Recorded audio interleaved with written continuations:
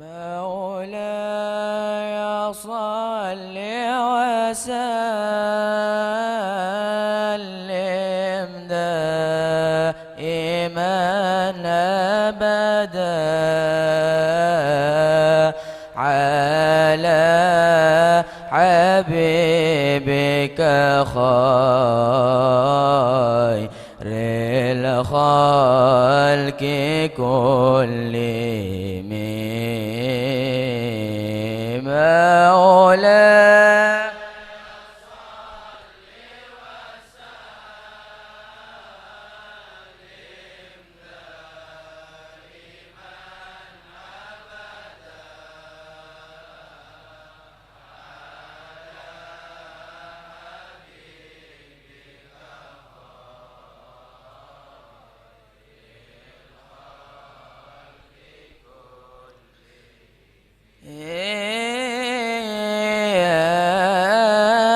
أكرم الخلق ما لمن نلوذ به سواك عند حلول للحادث العميم مولاي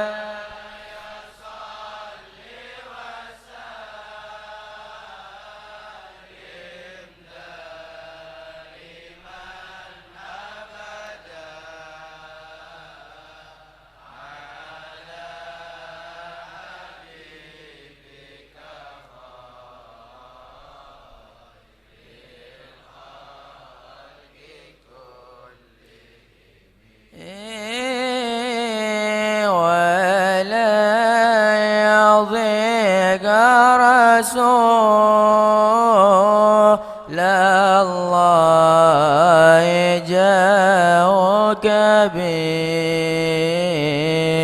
إذا الكريم تجل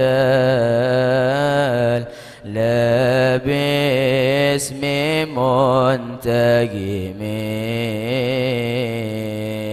مولاي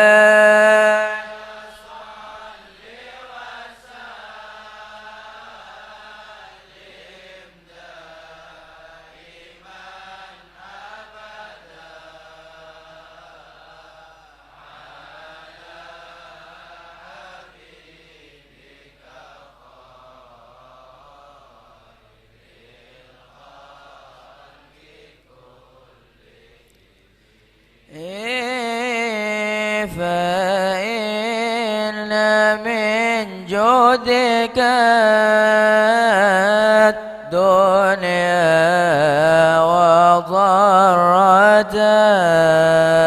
وضرتها ومن علومك علم اللوح والقلم مولاي صل وسلم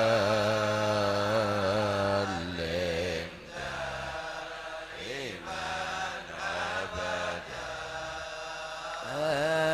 على حبيبك خير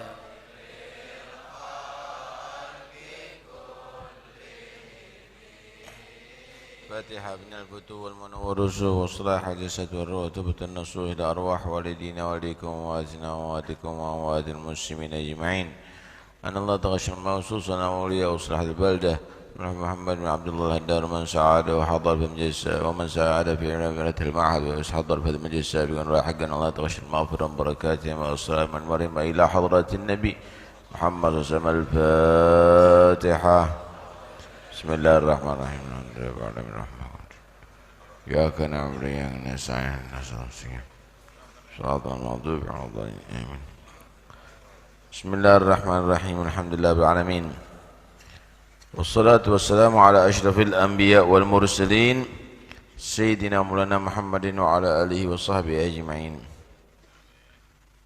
Qala Rasulullah sallallahu alaihi wasallam, halakal mutakadzirun. An Abi Nu'aim, bersabda Nabi sallallahu alaihi wasallam, celaka orang yang mendatangi kotoran-kotoran. Kotoran zahir itu adalah yang najis, yang membuat kita sakit zahir kita. Karena itu jadikan kehidupan itu adalah bersih.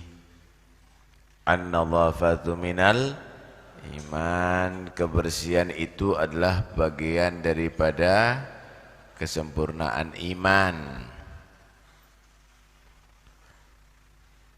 Islam perhatikan kita bersih sehingga diperintahkan mandi untuk sholat Jumat, mandi untuk sholat hari raya. Bagi perempuan bersih daripada haid wajib mandi. Bagi laki-laki ketika dia dalam keadaan junub wajib mandi. Kemudian diperintahkan untuk setiap berhadas berwudu. Wudu diatur, ada kumur membersihkan mulut, ada istinsyak membersihkan hidung, membasuh wajah, membasuh tangan, membasuh kepala, membasuh telinga, membasuh kaki. Subhanallah, bersih. Pemerintah merintahkan kita untuk supaya sering basuh tangan. Sering orang Islam asal sholat, supaya kita membasuh anggota badan supaya enggak terjadi penularan. Ya, yang terbuka di anggota badan kita apa aja? Ya wajah, ya tangan, ya kaki, dibasuh semuanya. Subhanallah. Karena itu setiap batal wudu selamat insyaallah sampean. Pernah Nabi Allah Musa mendapatkan wahyu dari Allah Subhanahu wa taala, ya Musa idza nabatka naibatun wa anta ala ghairi taharatin fala tulumanna illa nafsak. Musa, kalau menimpa musibah kepada kamu dan karena memang kamu tidak dalam keadaan suci berhadas, ya jangan nyalakan kecuali diri kamu. Karena itu selalu berwudu itu adalah tameng daripada bala insyaallah. Tameng daripada penyakit insyaallah. Diperintahkan juga kita istinja, membersihkan daripada najis. Najisnya dibagi, ada najis mukhaffafah, ada mutawassithah, ada mughalladzah, ada semuanya dalam Islam. Cari agama lain enggak ada. Ajaran Islam saudara yang sempurna, sampai kita di WC aja diajari caranya bagaimana membersihkan najis. Bersih. Karena itu kalau ada orang Islam kompros, waduh, ini imannya di mana nih, Islamnya di mana dong? Islam ngajari kita bersih. Belum lagi dianjurkan bagi yang hadir Jumat pakai minyak wangi. Udah bersih wangi lagi. Untuk menghias diri pakai celak, pakai siwak lagi. Waduh, tambah bersih. Yo, berangkat ke majelis taklim, berangkat hadir Jumat KTN, gudalen, baunya seperti kepik. Nggak, Islam nggak begitu. Islam mengatur kita adalah halakal mutakadzirun, celaka orang yang kotor. Ini yang zahir. Tapi ada kotoran yang lebih berbahaya daripada najis itu semuanya. Apa? Kotoran batin, yaitu perbuatan dosa. La ilaha illallah. Mudah-mudahan selamat kita semuanya. Nah, perbuatan dosa ini bahaya. Karena itu orang mukmin yang takut kepada Allah, yang masih dia tadi itu peduli dengan keselamatan dirinya,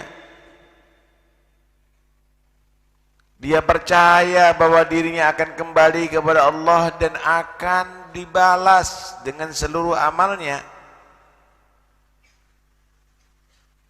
Dia yakin bahwa akan bertemu dengan Allah Subhanahu wa taala untuk diadili. Enggak mungkin orang yang mukmin demikian ini melakukan maksiat atau dosa, Saudara. Pasti dia akan menjauhi daripada perbuatan dosa dan maksiat.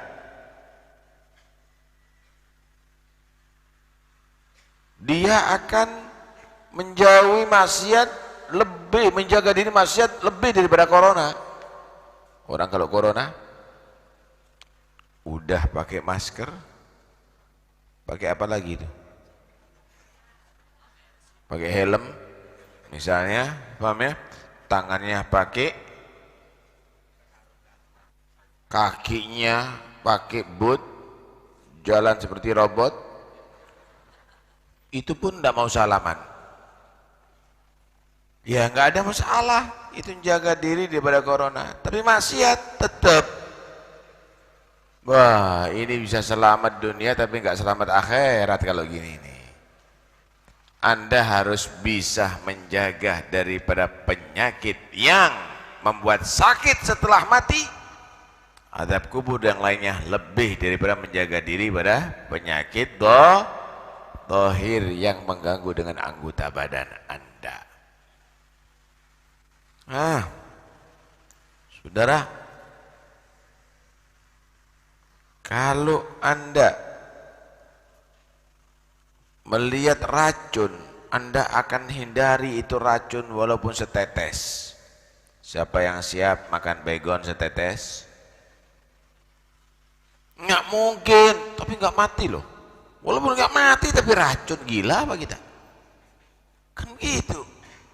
Maksiat juga begitu, dosa kecil loh. Itu racun itu. Hindari total, sekecil apapun jangan kamu lakukan. Kenapa? Racun itu berbahaya. Begitulah juga perbuatan dosa berbahaya. Sama dengan api. Api kecil potong rokok nggak apa-apa, nyos-nyos, injek. Ya nggak mungkin, sekecil apapun api kita menghindar. Jangan api kecil, nggak mungkin mati kamu.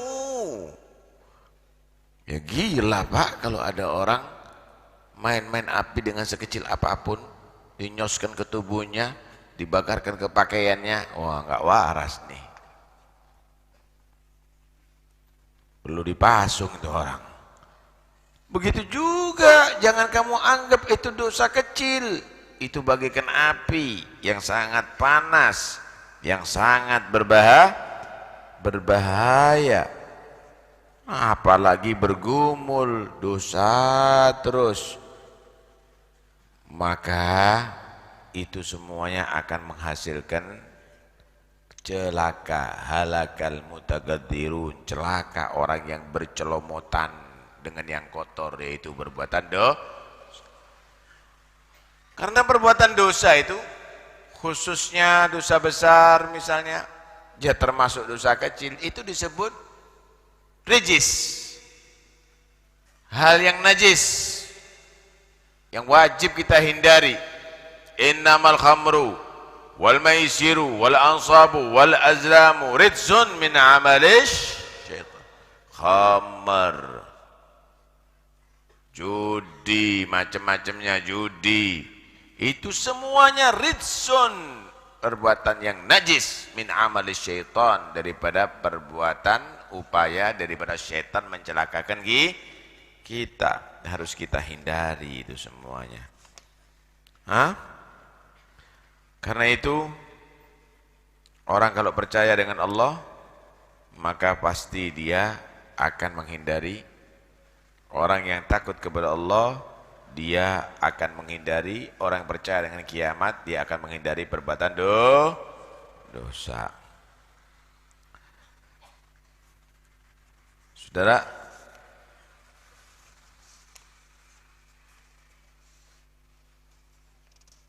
perbuatan dosa ini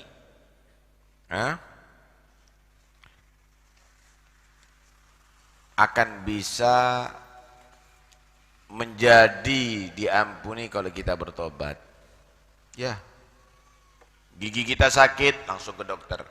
Dokter gigi, konsultasi gimana dokter? Lobang harus ditambal. Waduh, giginya ini parah, harus dicabut. Siap cabut, siap ditambal, siap keluar biaya juga sih. Siap. Perut sakit, datang ke dokter. Mencret kamu. Mentaber kamu. Diare kamu. Kamu harus makan ini ya, makan itu, makan ini ya. Ya dokter, pahit pun siap obatnya. Disuntik pun siap dia, yang penting dia Lah kalau sudah anggota badan ini maksiat, mata sakit, batin karena melihat yang haram, telinga sakit, batin karena mendengar yang haram, mulut sakit, batin karena berbicara yang haram, terus demikian, kok nggak pernah konsultasi ya? Kok nggak pernah berobat ya? Kok dibiarkan sakit ya? Ya Allah, separah apapun sakit badan saudara, kalau mati, mati juga penyakitnya. Tapi kalau hati yang sakit, batin yang sakit, kalau mati semakin sakit, akan membuahkan azab kubur sampai naudzubillah azab di neraka Allah Subhanahu.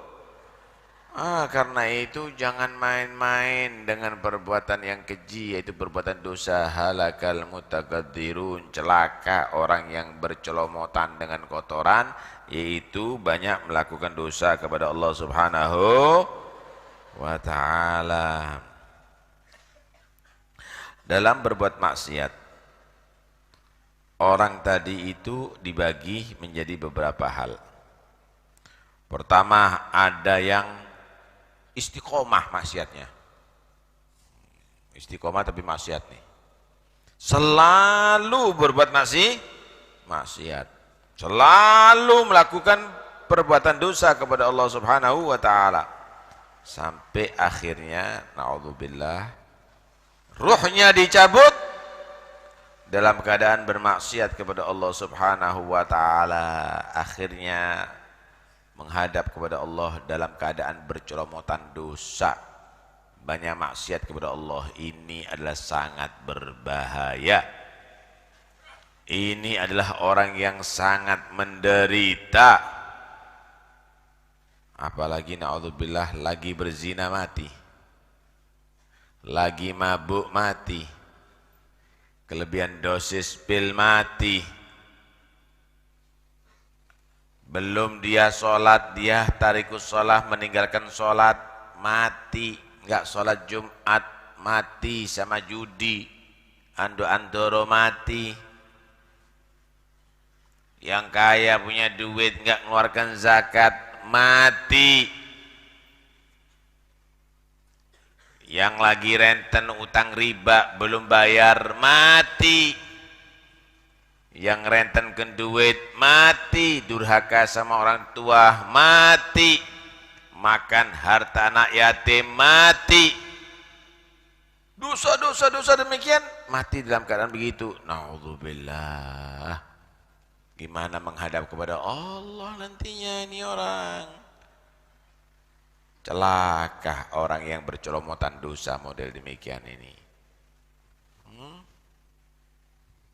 Alhasil, yang paling berbahaya dalam kehidupan kita ini adalah kalau kita ini melawan Allah, bertentangan dengan ajaran Allah, bermaksiat kepada Allah zahir maupun batin.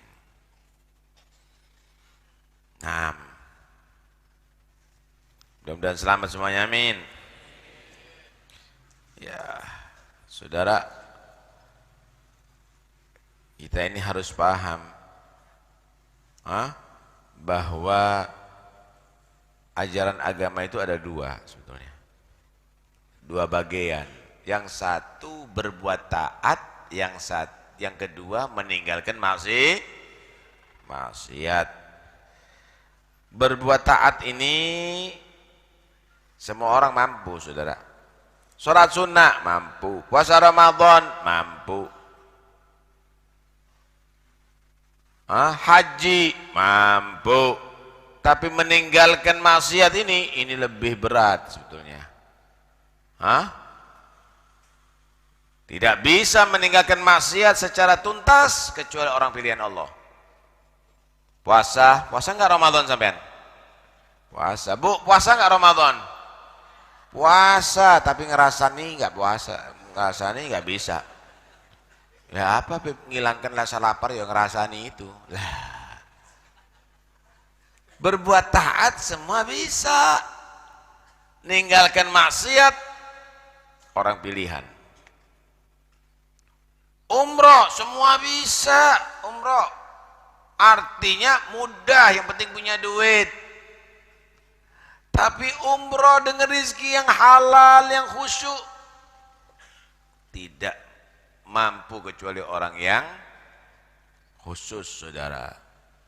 Sampai ada di Mekah bukan iktikaf di Masjidil Haram yang pasar seng. Iktikaf di pasar. Ada apa jauh-jauh ke Mekah? Pasuruan bawa becak contoh.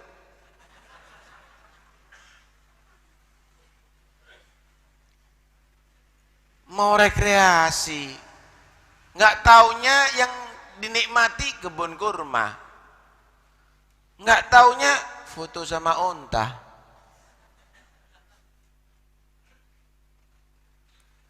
Nggak semua orang bisa dia tadi itu meninggalkan maksiat, saudara, kecuali orang-orang khusus. Kecuali orang-orang khusus. Karena itu awas, menghindari maksiat itu harus lebih dikedepankan daripada yang lainnya. Masya Allah. Mudah-mudahan selamat kita semuanya. Cuma sekali kok maksiat. Enggak, saya hanya kepingin tahu aja sekali loh.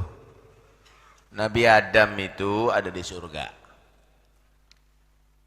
Ngelanggar sekali dikeluarkan dari surga. Ente di luar surga. Berharap masuk surga, ngelanggarnya ribuan kali. Yang di surga dikeluarkan gara-gara kesalahan satu kali. Yang di luar surga berharap masuk, bawa dosa ribuan kali. Selamat Allah itu maha menerima tobat, yang sering tobat sama Allah. At-ta'ib min adz-dzambi kaman la dzambalah, orang yang tobat dari perbuatan dosa diampuni, enggak bawa dosa. Diampuni, bersih daripada dosa. Alhamdulillah. Enggak bayar sampean sama ulama. Tobat bayar nebus dosa, enggak ada. Tobat yang benar, jangan ngulangi lagi, jangan rencana ulang lagi. Ya, saya tobat sekarang, besok saya lagi berbuat. Lah, tobatnya hari ini aja, nggak bisa begitu, nggak boleh niat, nggak boleh punya rencana untuk mengulangi perbuatan dosa lagi. Masya Allah. 6. Saudara, setiap musibah yang menimpa manusia itu sebenarnya teguran daripada Allah.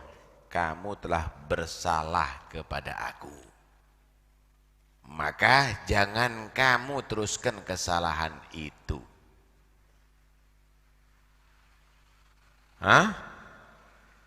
Setiap ada kerusakan, bala di bumi ini, itu teguran daripada Allah. Itulah yang kamu lakukan. Dhaharal fasadu fil barri wal bahri bima kasabat aydin nas. Karena itu kalau apapun yang terjadi pada diri kamu, koreksi. Kemudian istighfar kepada Allah Subhanahu. Insya Allah kamu akan dibantu oleh Allah Subhanahu. Dikatakan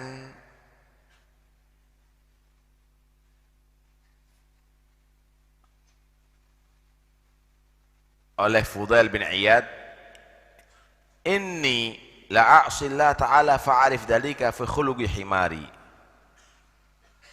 wa khadimi wa zawjati fayajmah wa yanfiru minni wa yanfaru minni wa yakhrujul abdu wa zawjatu anit ta'ah thumma idha raja'tu ila nafsi wa astaghfirullah ta'ala wa qabila taubati raja'u ila ta'ati. Masya Allah.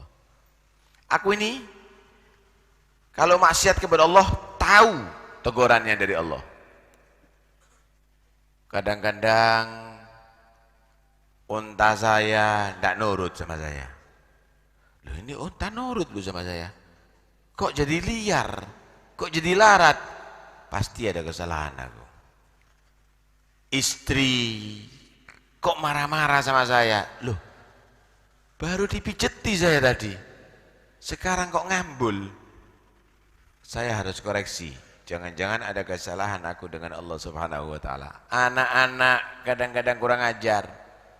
Jangan-jangan ada maksiat kepada Allah Subhanahu wa taala. Aku ini kalau apapun yang terjadi, walaupun itu binatangku, sifatnya berbeda, aku harus koreksi. Itu pasti karena kesalahan aku. Kemudian setelah aku tobat kepada Allah, nurut lagi, Pak. Kudanya nurut, sapinya nurut, istrinya nurut, semuanya nurut. Ditegur sama Allah. Ditegur. Lah kamu gak nurut sama Allah, minta pitiin nurut. Minta kambingnya nurut. Kamu aja gak nurut sama Tuhan kamu, Allah Subhanahu wa taala. Karena itu setiap apapun yang terjadi pada diri kita, koreksi. Lah kok macet Beb ya pekerjaan saya?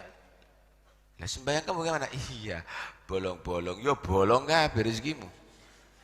Bocor. Lah kamu untuk apa duitnya? Ya judi dulu. Ya habis salah kamu, teguran dari Allah Subhanahu wa taala. Terus gimana caranya? Tobat, kembali. Sholat yang benar, baca Quran lagi, istiqamah, berbuat taat, insya Allah dilancarkan rezekinya oleh Allah Subhanahu. Begitu. Nabi Yunus kan begitu. Nabi Yunus alaihi salam, Nabi Pak, dakwah. Waduh, semua pengikut, semua kaumnya tidak ada mau percaya sama dia. Malah nantang. Inti Nabi apa? Dari dulu cuma ngasih warning, nanti diadab.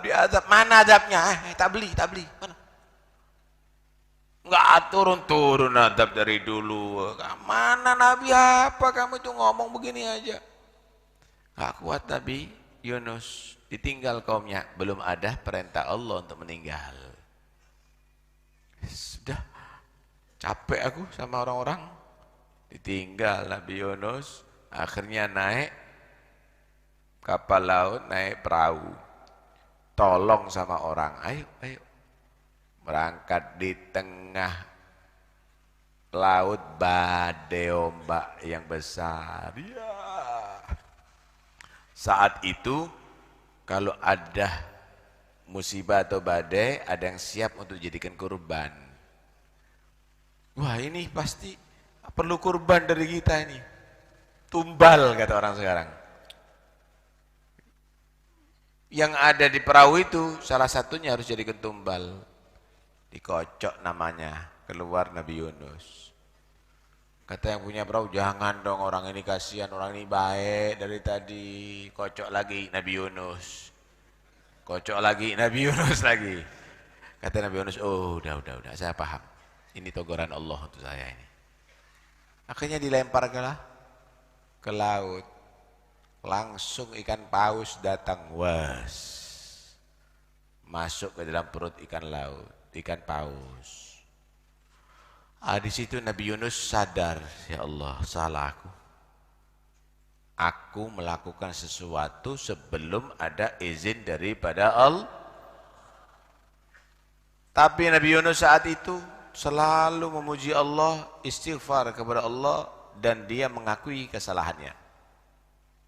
La ilaha illa anta subhanaka inni kuntu minadh dhalimin. Ya Allah, tiada Tuhan kecuali Engkau, Maha Suci Engkau. Aku salah. La ilaha illa anta subhanaka inni kuntu minadh dhalimin. Nangis Nabi Yunus di perut ikan. Selama 3 hari, Pak. Tapi tetap berzikir, la ilaha illa anta. Ya apa? Ini bukan di kamar loh ini. Di perut ikan gerak aja nggak bisa. Di perutnya ikan paus. Ditakdir hidup oleh Allah Subhanahu wa taala, tetap dia berzikir. Akhirnya mules ikannya. Muntah keluar Nabi Yunus. Lemes 3 hari nggak makan, napasnya gimana itu? Tapi Allah takdir hidup. Kaumnya waktu itu lagi paceklik datang, awan yang hitam. Mereka kok dikasih sadar, ya Allah, jangan-jangan ini adab dari Yunus. Adab dari Allah karena kita nggak patuh sama Yunus. Akhirnya dia bertobat, ya Allah, aku menyesal, aku bertobat kepadamu, ya Allah, aku jadi orang beriman dengan Nabi Yunus. Aku berjanji akan mengikuti ajaran Nabi Yunus, itu dan ini. Nabi Yunus setelah keluar daripada perut ikan, setelah sehat badannya, dia sadar ini teguran dari Tuhannya, dia harus kembali lagi pada kaumnya. Nggak taunya kaumnya sudah beriman, berubah dari kafir menjadi orang beriman.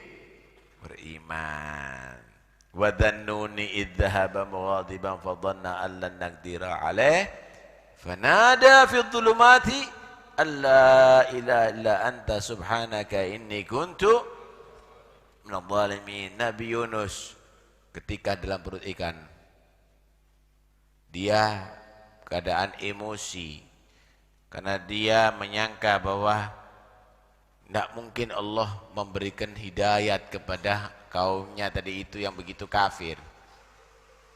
Tapi akhirnya ditegur oleh Allah, dia tinggal 3 hari ada di perut ikan.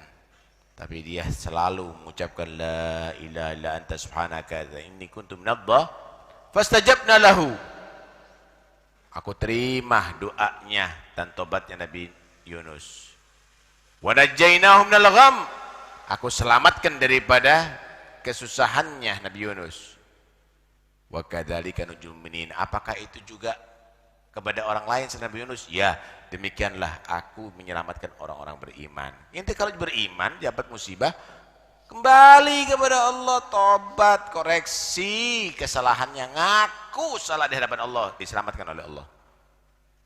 Nabi Yunus 3 hari dikir tok Pak kholwat. Inti baru muter tasbih 1 kali minta mustajab. La ilaha illa anta subhanaka inni kuntu minadh dhalimin. Sudah istiqomah beb, kok pancet berapa kali? Karena itu kalau ada musibah, kalau yang lainnya yang pasrah sama Tuhan, pasrahkan sama Allah, kemudian tobat, selalu la ilaha illa anta, selalu memuji Allah subhanaka, kemudian ngaku berbuatan dosa, istighfar yang banyak kepada Allah, inni kuntu minadh dhalimin. Insyaallah mustajab. Sampean punya utang, punya urusan, ada masalah atau yang lainnya, selalu berzikir, kembali kepada Allah, pasrah kepada Allah, ibadah terus. Wasta'inu bisabri wassalah. Minta bantuan Allah lewat sabar dan lewat banyak sholat. Meneng tak ya apa? Ngene ya apa? Sholat, Allahu Akbar. Sholat sunnah diperhatikan, qiyamul lail, istighfar, lailan, insyaallah jawab. cepat begitu. Mudah-mudahan insya Allah selamat semuanya. Tinggalkan perbuatan dosa, insya Allah nyaman hidup di dunia akhirat. Tinggalkan berbuat maksiat, insya Allah bahagia dunia sampai akhir. Amin Allahumma amin. Untuk yang meninggal dunia, khususnya Habib Umar Al-Muhdhar, mudah-mudahan Allah ampuni semua dosanya, Allah terima semua amal kebaikannya. Untuk yang sakit, mudah-mudahan Allah berikan kesembuhan dengan segera. Allah, untuk yang sehat, Allah jauhkan daripada segala penyakit. Untuk yang ujian, mudah-mudahan insya Allah sukses mendapatkan ilmu yang manfaat. Untuk yang hamil, mudah-mudahan insya Allah melahirkan dengan selamat dan mudah. Dan seluruh anak-anak kita insya Allah jadikan anak-anak yang saleh. Ala hadiniyakumnya salihah. Apa itu?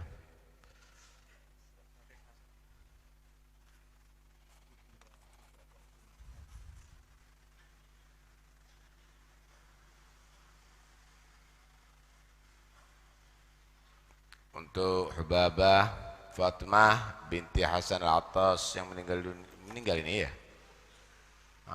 Mudah-mudahan insyaallah Allah Subhanahu wa taala ampuni semua kesalahannya dan Allah terima semua amal kebaikannya. Ala hadiniyakum salihah wa ila hadratin Nabi Muhammad sallallahu alaihi wasallam. Al-Fatihah. Bismillahirrahmanirrahim. Ya kana wa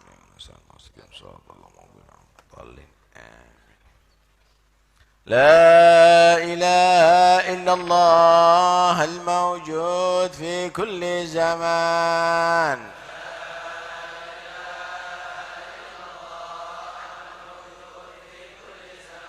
لا إله إلا الله المعبود في كل مكان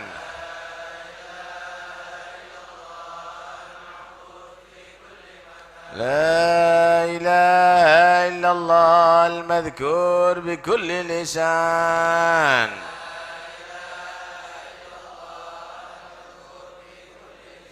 لا إله إلا الله المعروف بالإحسان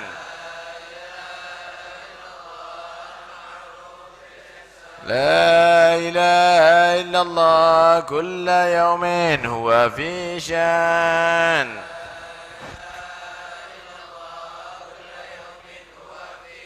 لا إله إلا الله الأمان من زوال الإيمان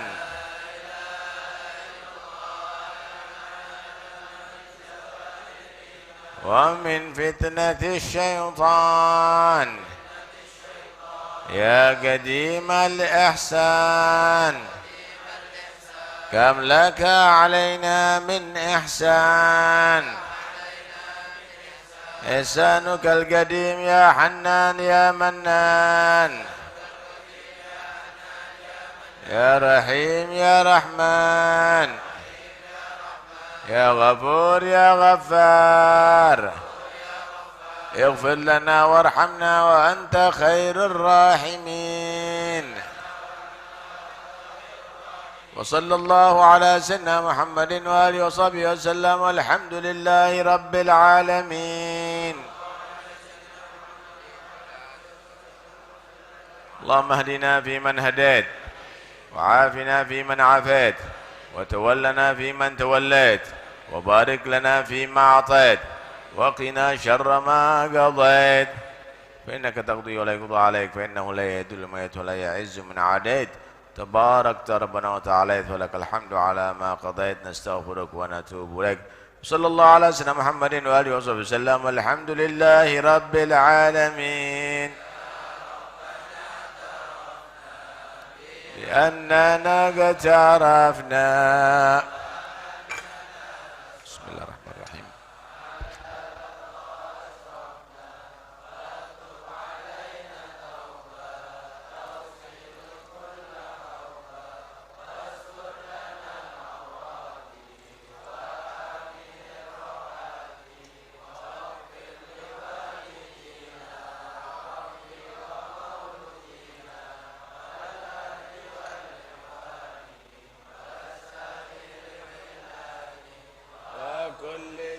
محبة أو جيرة أو صحبة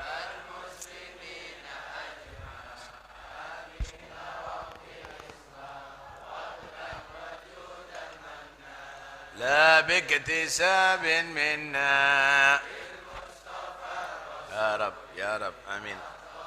كل سولي بالمصطفى الرسولي